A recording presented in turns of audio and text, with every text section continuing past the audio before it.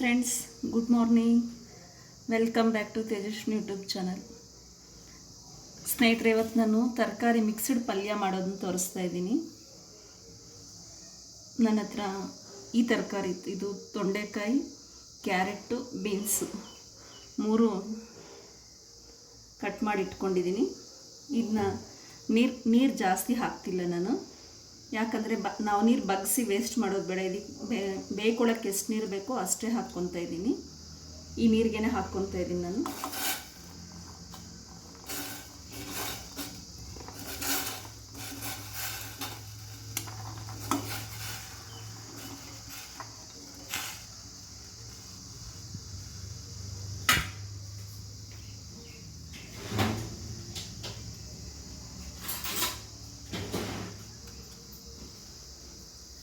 ಒಂದು 80% ಈ ನೀರಲ್ಲಿ ಬೇಯಿಸ್ಕೊತೀನಿ ನಾನು. ಮತ್ತು ಒಗ್ಗರಣೆಗೆ ಹಾಕ್ಕೊಂಡು ಸ್ಟೀಮಲ್ಲಿ ಒಂದು 20% ಬೇಯಿಸ್ಕೊತೀನಿ ಸ್ನೇಹಿತರೆ. ಅದಕ್ಕೆ ನೀರು ಕಡಿಮೆ ಹಾಕ್ಕೊಂಡಿದ್ದೀನಿ. ಸಾಲ್ಟ್ ಸೇರಿಸ್ಕೊತಾ ಇದ್ದೀನಿ.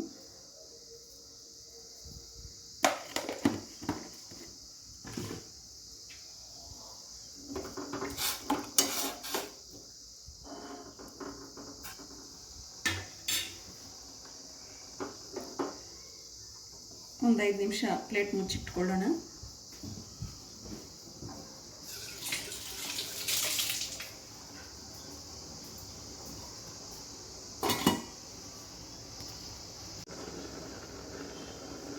ಫ್ರೆಂಡ್ಸ್,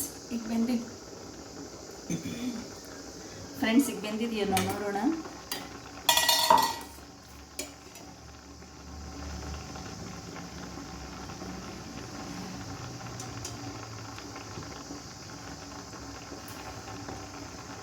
ಬೆಂದಿದೆ ಫ್ರೆಂಡ್ಸ್. ಈಗ ಇದನ್ನು ತೆಗೆದುಬಿಟ್ಟು ಒಗ್ಗರಣೆಗೆ ಪಾನ್ ಇಟ್ಕೊಳ್ಳೋಣ.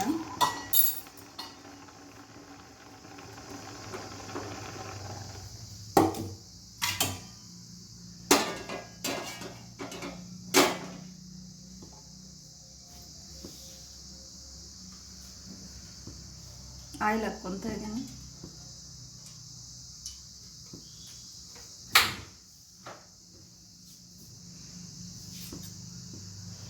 ಇದು ಹೆಲ್ತಿ ಫುಡ್ ಸ್ನೇಹಿತರೆ, ನೀವು ಮಾಡಿ ನೋಡಿ. ಇಷ್ಟ ಆದರೆ ಲೈಕ್ ಮಾಡಿ, ಶೇರ್ ಮಾಡಿ. ಸಿಂಪಲಾಗಿ ಮಾಡ್ಕೊಂಬಿಡೋದು ಹೆಲ್ತಿ ಫುಡ್ಡು.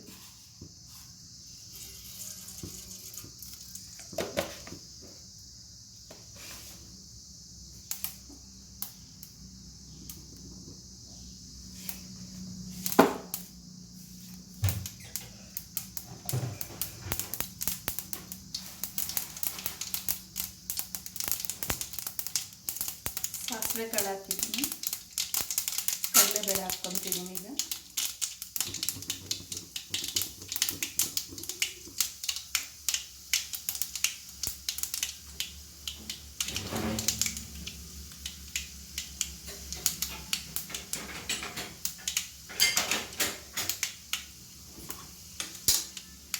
ಕಡಲೆಬೇಳೆ ರೋಸ್ಟ್ ಆಯಿತು ಸ್ನೇಹಿತರೆ.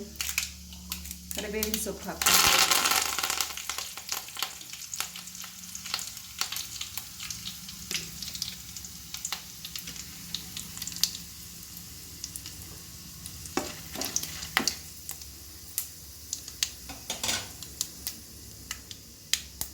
ಒಣಮೆಣಸಿನ್ಕಾಯಿ ಹಾಕ್ತಾ ಇದ್ದೀನಿ. ಈಗ ಒಂದೆರಡು ಒಣಮೆಣಸಿನ್ಕಾಯಿ ಹುರ್ಕೊಂಡಿದ್ದೆ.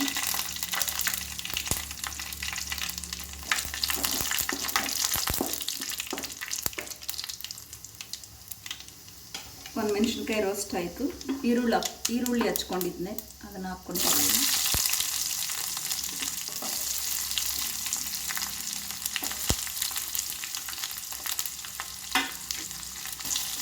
ಸ್ವಲ್ಪ ಚಿಕ್ಕ ಗಡ್ಡೆ, ಒಂದು ಗಡ್ಡೆ ಹಚ್ಚಿಟ್ಕೊಂಡಿದ್ದೆ, ಅದನ್ನ ಹಾಕ್ಕೊತಾ ಇದ್ದೀನಿ. ಈರುಳ್ಳಿ ಸ್ವಲ್ಪ ರೋಸ್ಟ್ ಆಗಬೇಕು.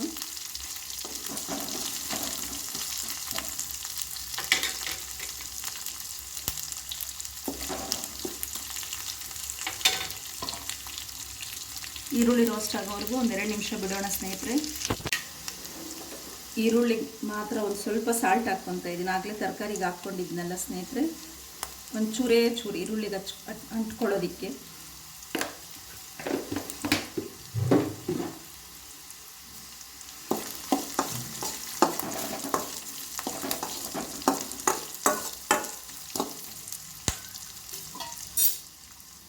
ಇನ್ನೊಂದು ನಿಮಿಷ ಬೇಯಿಕೊಳ್ಳಿ.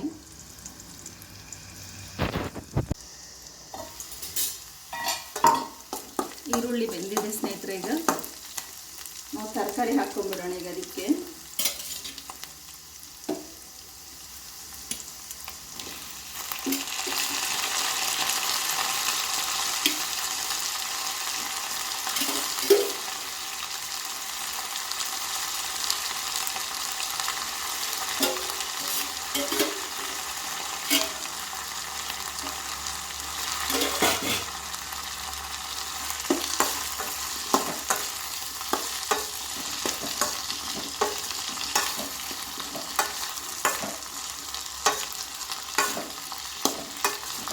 ತರಕಾರಿ ಎಲ್ಲ ಹಾಕಿ ಮಿಕ್ಸ್ ಮಾಡ್ಕೊಂಡಿದ್ದೀನಿ ಸ್ನೇಹಿತರೆ.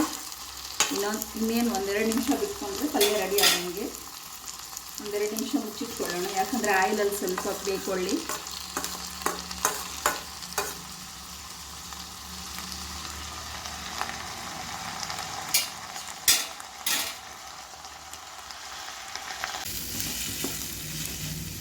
ಈಗ ಒಂಚೂರು ಅರಿಶಿನ ಹಾಕ್ಕೊತಾ ಇದ್ದೀನಿ ಸ್ನೇಹಿತರೆ.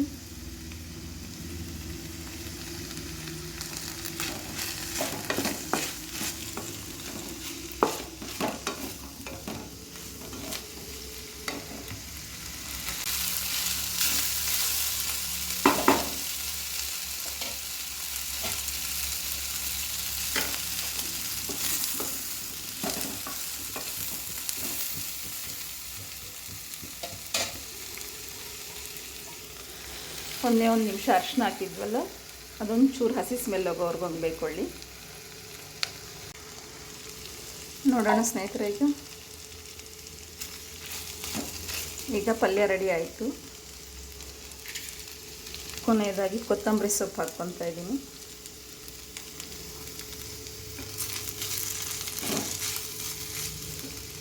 ಹಾಗೆಯೇ ನಾನು ಕಡಲೆ ಬೀಜ ಹುರ್ಕೊಂಡು ಬೆಳ್ಳುಳ್ಳಿ ಹಾಕಿ ಪೌಡ್ರ್ ಮಾಡಿಕೊಂಡಿದ್ದೆ, ಅದನ್ನ ಹಾಕ್ಕೊತಾ ಇದ್ದೀನಿ.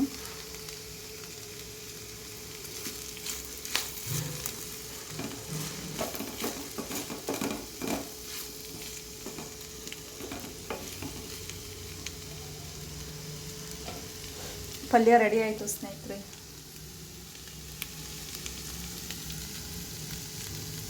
ನಿಮ್ಗೆ ಇಷ್ಟ ಆದರೆ ಲೈಕ್ ಮಾಡಿ, ಶೇರ್ ಮಾಡಿ, ಸಬ್ಸ್ಕ್ರೈಬ್ ಮಾಡಿ. ನೀವು ಒಂದು ಸಾರಿ ಮಾಡಿ ನೋಡಿ, ಚೆನ್ನಾಗಿದೆ ಅನಿಸಿದ್ರೆ ಕಾಮೆಂಟಲ್ಲಿ ತಿಳಿಸಿ. ನೀವು ಯಾವ ಥರ ಮಾಡ್ತೀರಾ ನನಗೆ ಹೇಳಿ. Thank you for watching.